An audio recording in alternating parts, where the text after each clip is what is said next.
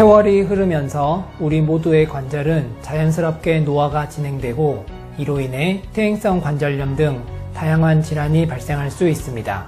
특히 무릎 관절은 체중을 지탱하고 활동량이 많아 퇴행성 변화가 흔히 발생하는 부분입니다. 문제는 퇴행성 관절염이 보통 서서히 진행되고 증상이 좋아졌다 나빠지기를 반복하기 때문에 치료를 미루고 방치하는 분들이 많습니다. 무릎 관절염은 무릎뼈 끝에 덮여있는 연골이 닳으면서 발생하는 질환입니다. 뼈 연골이 손상되어 뼈를 보호하지 못하면 뼈끼리 충돌하게 되고 이로 인해 무릎의 통증 및 염증, 부종 등의 증상이 나타나며 다리에 오다리, 안장다리 등 변형이 생기기도 합니다.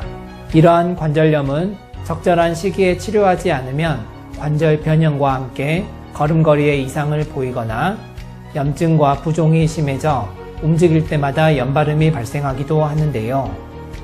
자칫 방치 기간이 길어져 말기에 접어들면 연골이 하나도 남지 않게 되어 가만히 있을 때에도 심한 통증에 시달리게 됩니다. 따라서 무릎 관절의 통증, 부종, 뻣뻣함 등의 증상이 나타나면 하루빨리 정형외과 전문의를 찾아 진찰을 받고 적절한 치료를 하는 것이 중요합니다.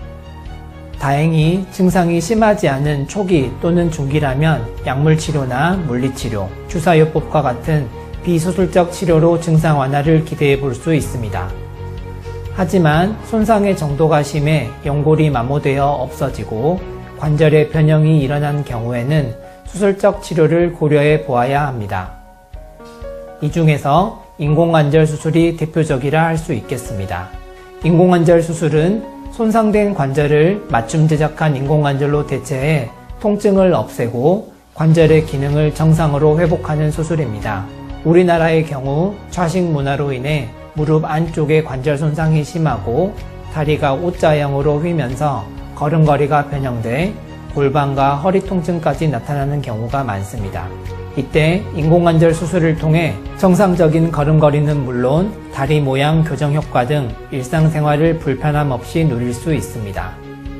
또한 최근에는 많이 닳아져 있는 무릎 안쪽 관절만 치환하는 슬관절 반치환술로 기능의 회복이나 재활이 더욱 빨라지고 있습니다.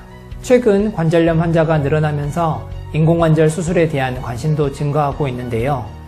현대의학의 발달로 인해 인공관절의 수명도 크게 늘어 15년에서 20년 이상 사용하는 환자들이 90% 이상을 차지하고 있습니다.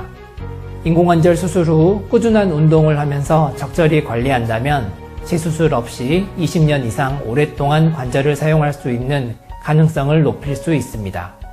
다만 수술의 성공을 위해서는 환자분의 증상과 관절 상태, 연령, 생활 습관까지 함께 고려해 본인에게 꼭 맞는 인공관절을 삽입해야 보다 좋은 결과를 기대할 수 있는데요. 수술 후 꾸준한 재활치료 또한 회복에 큰 도움이 됩니다. 관절염이 있는 환자는 하루 30분씩 걷기와 수영, 실내 자전거와 같은 근력 강화 운동을 꾸준히 하면 통증 조절에 도움이 될 뿐만 아니라 나중에 인공관절 수술을 한 이후의 결과에도 좋은 영향을 줄 수 있습니다.